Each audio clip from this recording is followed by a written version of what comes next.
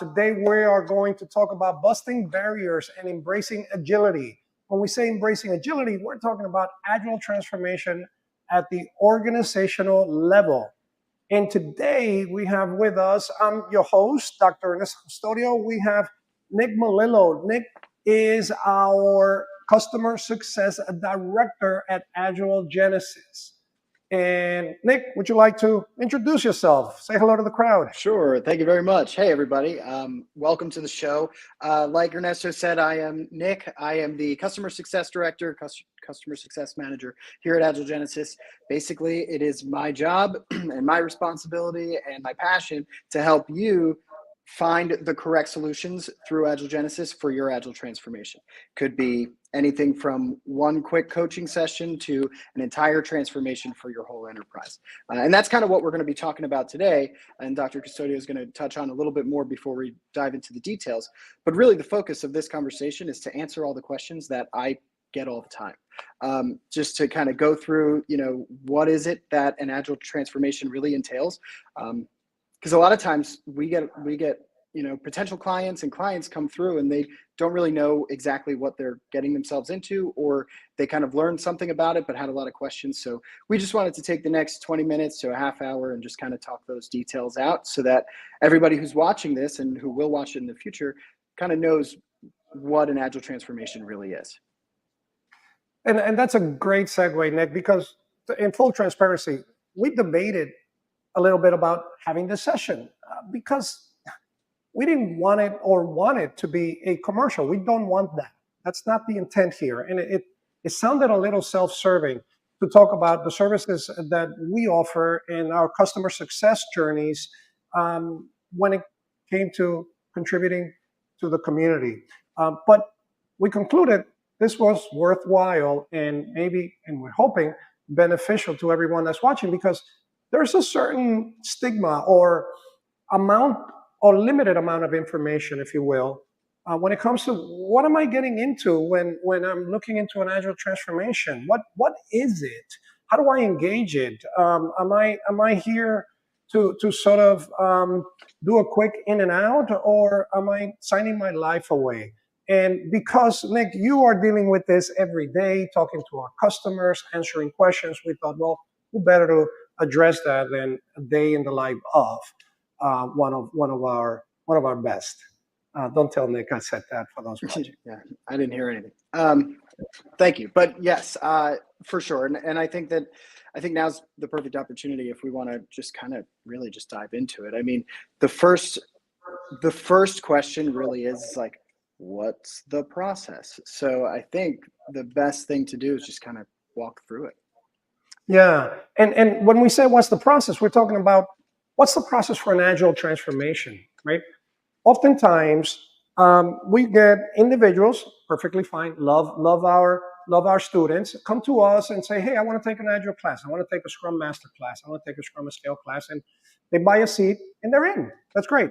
The other part of our daily lives, our customers, our companies coming to us and say, hey, we've got this problem and we need to solve it. We need to improve our productivity, or we've got a sales commitment that we need to make, and we got to make that mark, right?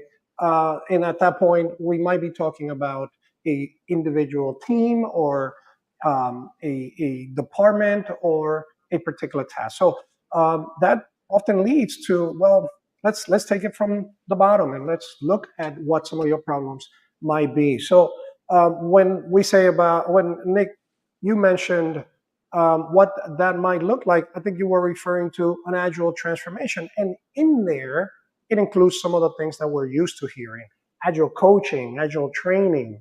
So let me put that up here. And we have our trusting producer in the background already making us look good. Thank you, Carlos. So here we have our transformation model. What does this mean to you, Nick? I am a customer now coming to Agile Genesis, and I booked an appointment, and we are having a discussion, and I'm saying, Nick, I really need help here getting our teams to perform better. They're just not delivering. What can you do for me? How does that work? Yeah, for sure. Absolutely. So by now you and I have already kind of had a conversation about your company and kind of what some of the issues you might have been struggling with. And then this is the model. This is kind of the focus that we have walking through this conversation together. And it's basically a 4-step process, and each step has its own set of steps that go along with it. But basically, by the end of the Flex model, we've learned about your company and the structure of it and the issues that you might be facing. We've learned a little bit about the leadership structure and how many teams you have and what types of distribution there is as far as like even geographically or as far as work. And then we figure out a plan. We figure out a game plan. That's kind of where your execute is. And we'll go through this a little bit more in detail. And then finally, at the very end of it, we've kind of found success through the process, and now it's time to expand into the rest of the organization. One quick example, I won't name any names, but we just recently worked with a company starting headquartered on the West Coast, but they're distributed all over the place. And it's funny, through the conversations, we all learned together that they didn't really know exactly what it was they needed at this moment. They knew they needed help. They knew they needed some kind of agile direction. The ship was kind of sailing, but we got to figure out what direction we're going, right? So we use this model to figure out exactly the steps to take in order to solve those problems. And now that organization is really working well. Our next class with them is later on this month, and we're excited for that. So, it's very much kind of okay, let's lay all our cards out on the table and see what kind of hands we can put together. This is really where we're at with the Flex model. And in walking people through what this means for them on the ground, right? Okay, I know I could improve, and I want some of what you have. I heard about Agile Genesis. What do I do? Walk us through my next step. Yeah. So the first thing is the form. We help the organization form the right Agile teams. We assess, we analyze, we create a custom plan. Right. That's kind of the first step. Then we move to our learn step, which is exactly how it sounds. We prepare the leaders, the teams, the stakeholders. That's when they learn. That's where the training happens. Really, is the best way to say it. And then we move on to the E, which is execute. We put the plan to work. We actually take the things we learned in the training. We maybe at this point will employ some coaches if we need that in your team. Maybe you're missing a scrum master or you're missing a product owner in a certain place. We'll put that person in there for you, or we'll help identify a person within your company who can be put in that place.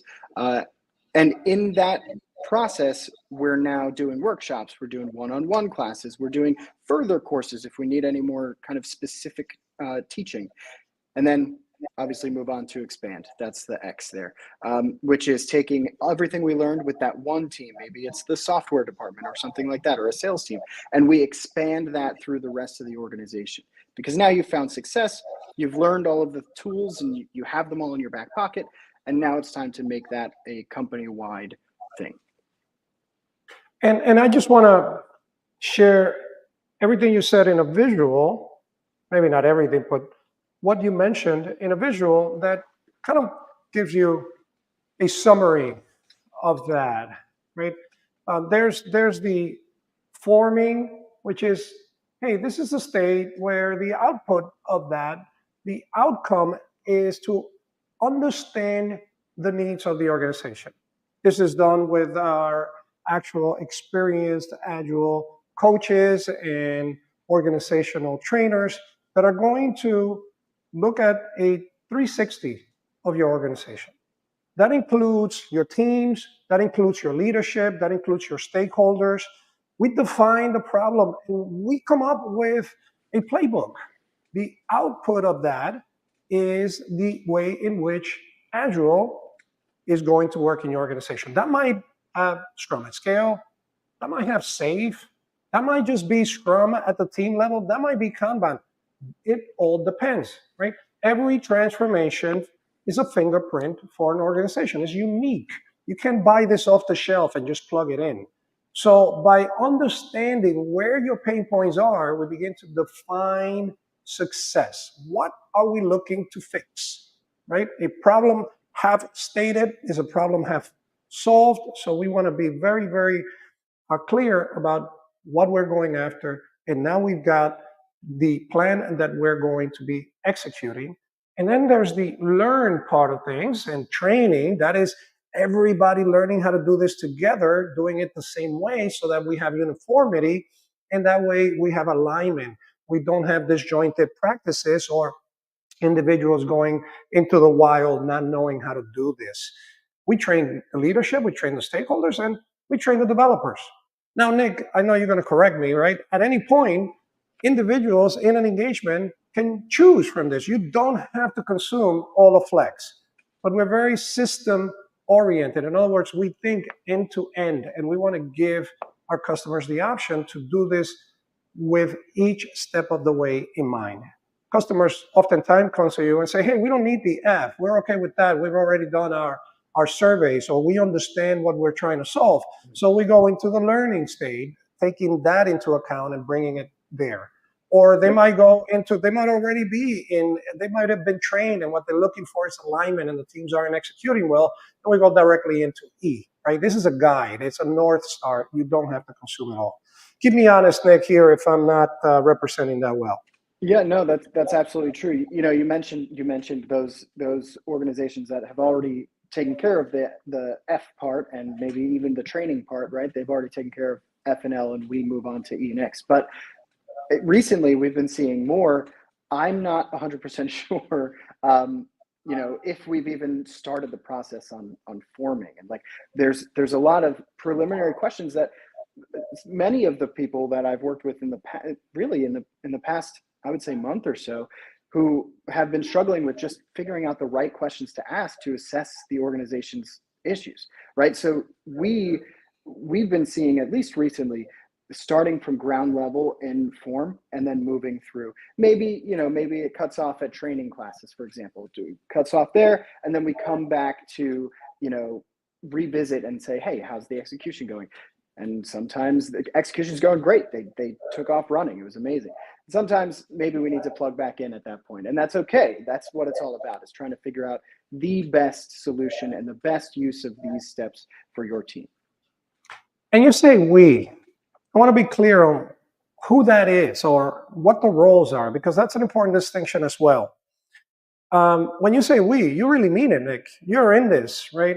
Companies have access to you as a customer success. You're checking in on those particular individuals in terms of how's it going. You're getting it from their mouths and us. I'm in the trenches most of the time, right? I'm working with them at the coaching level. Are great coaches. I just saw Marcelo joined in. Shout out, Marcelo. Thank you for joining. Some of our best are in this doing the work with the client. And we also are getting you to sort of paint that picture to where do we go next. You're there for additional assistance, additional support, additional guidance. Right? Yep. I like to think of, I'm the front line here. I'm the guy that answers the phone and helps figure out who I'm connecting you with. And at the end of the day, it is, you know, Agile Genesis, we're a team that's just looking to help your team fly. That's kind of what it's all about. So we work together on that. It's Ernesto, it's myself, it's some of the people on the team who you don't necessarily see on this call, but they're working in the background.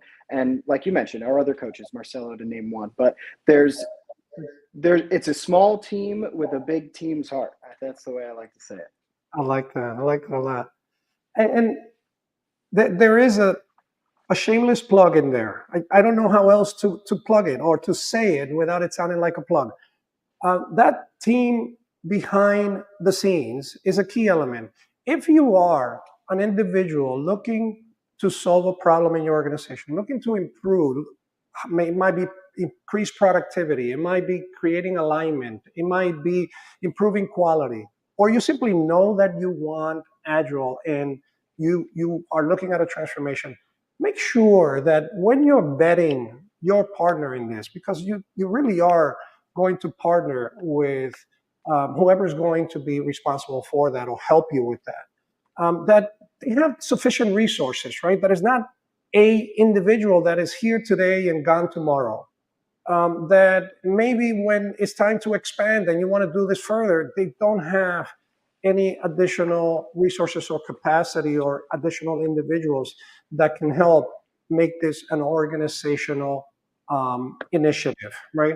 So make sure that you are also engaging the right partner. And this is where that shameless plug I talked about is, right? We make sure that we are satisfying the needs of the customer in its entire process and that we're there past their point of expansion so that if you need anything else, you continue to have that contact and that support that Nick and his team offer. Yeah, that is a good segue because I just saw a chat come through about how we measure success for a transformation. So I want to throw that question your way because you're probably have a great answer for it just as we're talking about it right now. So the question that came in is, how do we measure success for a transformation? Yeah, and a very good one. The answer is, are we meeting the objectives that we defined originally? I hate to say it, but it depends on each organization. There is not one, and that's a good thing. There is not one criteria that I can say, hey, here is success looks like. Look, you might be engaging for specific reasons. I mentioned a few. The examples that I provided are real. Organizations have a particular commitment that they need to meet. They have a set of features that are big, let's call them epics, and they've already been sold and the contract has been signed, and they realize that their teams are not delivering at the pace that they need to in order to meet that. We need to focus. So let's define what that looks like.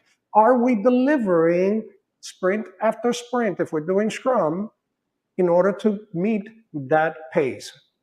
If we are reaching the pace of delivery that we need, then we are being successful at our objective, at our goal, right?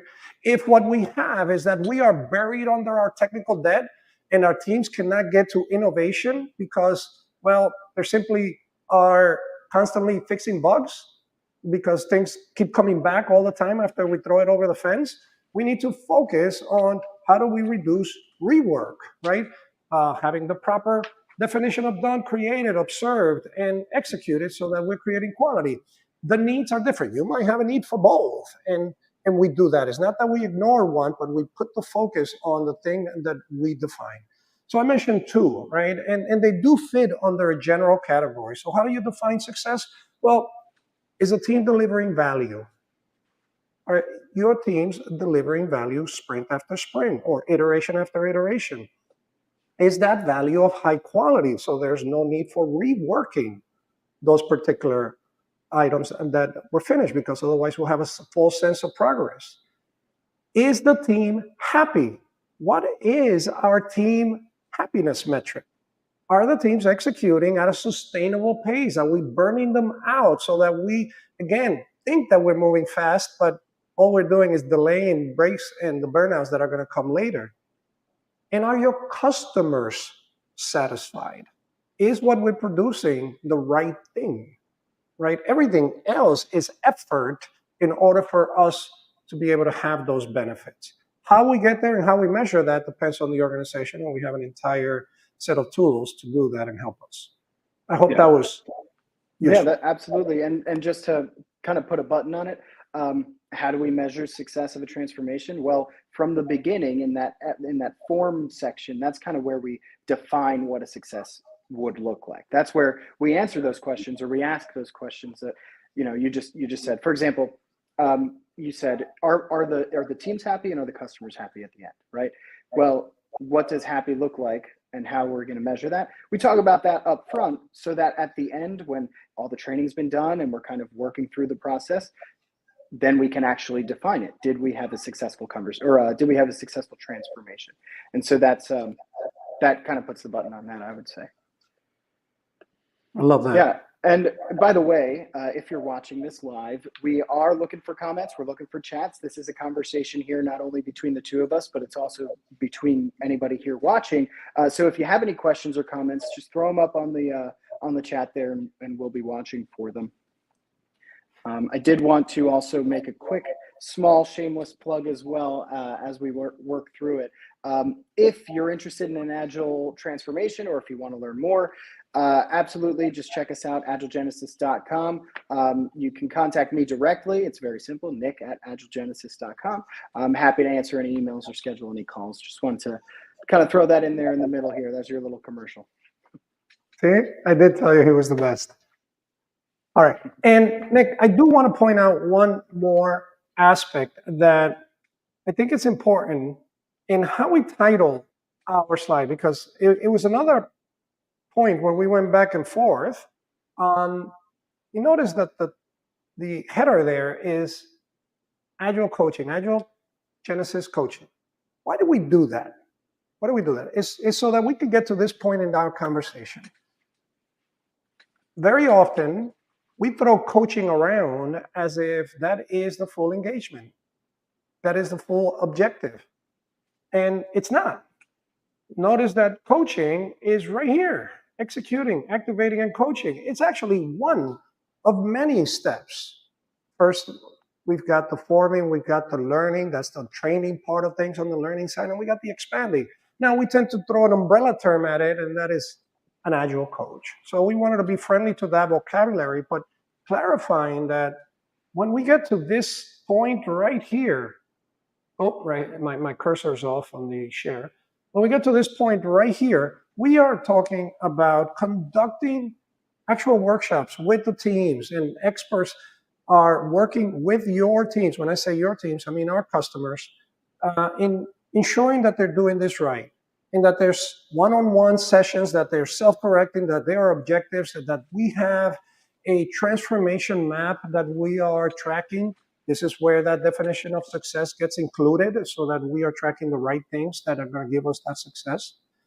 And then once we've gone through these and we are continuing to inspect and adapt, some customers, our job, I always say, half jokingly, but more serious than joking, is our job is to put ourselves out of work.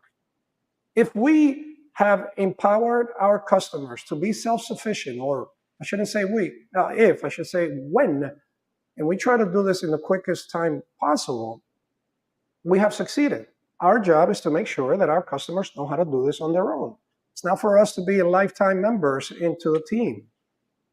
With that in mind, we complete that cycle, if you will, by stepping out, and the customer is able to do it, but we're always available should you need to. That was a prior conversation we had. Having said that, if this worked so well for one team or multiple teams, or it worked well for one department, why are you going to stop there, right? It would be essentially foolish to not take advantage of this method of working into other areas. And this is when we start to see the organizational transformation that we talked about. This is when we start to see the expansion right here, Nick. Yeah, exactly. And it's funny to think about, just like on an abstract kind of level. It's like, think of a company with a lot of different departments, a lot of moving parts, and one department is absolutely soaring. They're seeing all sorts of productivity and they're really crushing it. Why wouldn't you want to take those same tools and methods and apply them to all the rest of your departments? It's funny to think about it that way. Such a lopsided kind of program. Yeah. And this is where individuals usually get stuck and say, well, Nick, what do you mean other departments? Isn't this for software development? What am I going to do with this in an HR department or sales department? Tell us a little bit about the type of customers or the type of companies that you normally talk to. I mean, I've talked with so many. We worked with a tango, like a tango dance school. We helped with their agile, their agile training, their Scrum training specifically. Their whole team are now Scrum masters. So, we've worked with tool distributors. We've worked with all sorts of organizations, from small mom and pop, 4-person companies, up to, the Ciscos and the Nestles and the larger organizations around the world. And yes, the answer is yes. It's for software and also everything else. Like that's kind of the way it is, because it's not necessarily just about like creating software. That is kind of where it started, I guess, is a way to say it. But it's about getting all of your team on the same page and speaking the same language and checking in regularly. That's kind of where it all is. So it doesn't really matter what you're producing, if it's a physical product or a digital product or a service instead of a product, like dancing, for example. it doesn't really matter what it is. It's about organizing a structure and making sure your team is working at the same pace. That's really the fundamentals of it. I love how you put some of that, Nick. And even in organizations where this is implemented at the software level, what we quickly come up against is the fact that now that the software team is moving at a faster pace, the other groups, the other teams begin to be the bottleneck, right? That communication, that transparency that is part of what allows organizations to double, triple, or 10x their productivity is now not in other areas of the organization. So what you have are developers waiting for work that isn't coming because the other parts of the organizations are not agile. So by taking a systems thinking approach, by looking at the other groups and beginning to have them work in the same way, something beautiful happens, right? The entire organization becomes agile. That's right. So Marcelo actually posted on LinkedIn. He said, "Agile coaching is a journey," and that's exactly right. It's a journey. It's a process, but it's a fun process. It's an adventure and a journey. Put it that way. I love that. Yeah, we technically are never done because to be done means that, well, we've reached perfection and we know where that leads, right? So what we want to is always to create that mindset of continuous improvement. However small that improvement is, it should be sustainable. It should amplify throughout the organization. And we could technically do this, as they say, we could do this all day. But we want to enable the customers to be able to do it themselves. Yeah, just as a small example, we practice what we preach here at Agile Genesis. Just want to throw that out there. We are an agile company. We have our sprints every day or every week. We have a sprint. We have a sprint meeting every morning, and it's all about the incremental progress. Where were we yesterday, and how have we improved since then? And that is how a company improves. And that's kind of what we take into any kind of training and coaching that we're implementing into companies that we're working with. You know, Nick, that's a great point. I'm gonna double down on the transparency there. Not only do we have agile teams in Agile Genesis, we have agile marketing at Agile Genesis. So our sales and marketing department is working in the way that you just described. Not putting a single piece of code together, but rather how can we best reach and meet the needs of our customers? And what we've seen benefit-wise, outcome-wise, is incredible, right? We've seen many of you are benefiting from that continuous engagements that we're having in our social media channels, in our blog, or in our newsletter, all of which, by the way, are available to you if you go right there to agilegenesis.com.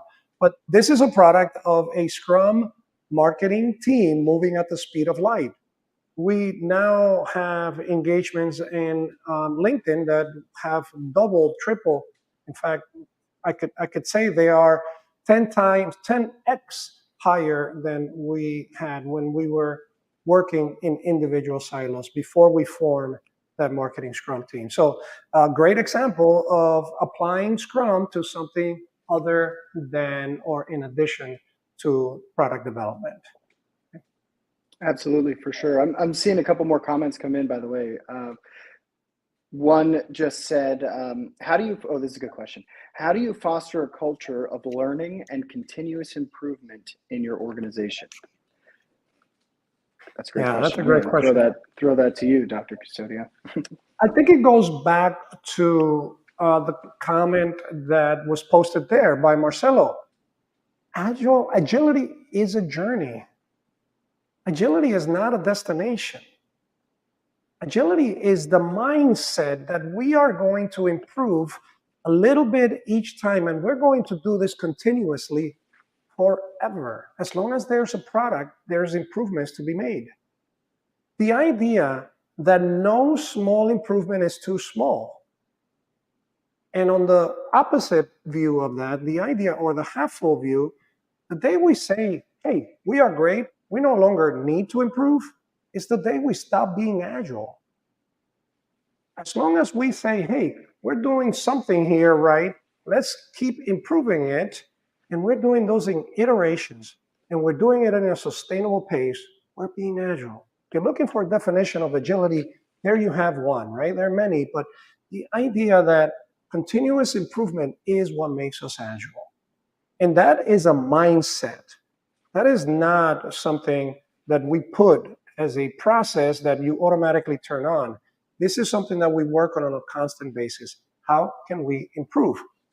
If you look, I'll just add to it. I know we're out of time. I'll add to that. If you look at for example, Scrum as a framework, it's cooked in with everything we do. We look at it on a daily basis in our daily scrum. We look at it in our sprint review, getting feedback. We look at it with our retrospective on how the teams can improve. And then we apply that in our sprint planning. And all of our sprints are meant to give us a sustainable pace to do this over and over and over, increasing every little bit each time. That's how we get there, right? Yeah. Muscle memory. Just a small addition to that too, because the question is how do you foster a culture?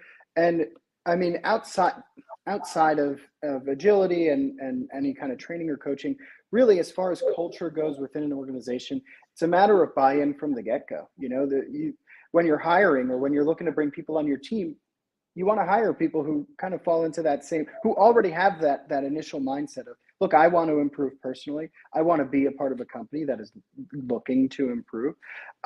So if you don't have people in the seats who are looking to buy into that, maybe it's just a matter of having, I don't know, some kind of retreat or a 3-day event or whatever it is, you know, something fun, just to kind of like say, hey, this is the direction our company is going. These are the issues we're struggling with, and this is how we're looking to solve it. And, you know, maybe it's an open door conversation. I don't know. That's probably something we could talk about in the F part of the Flex program.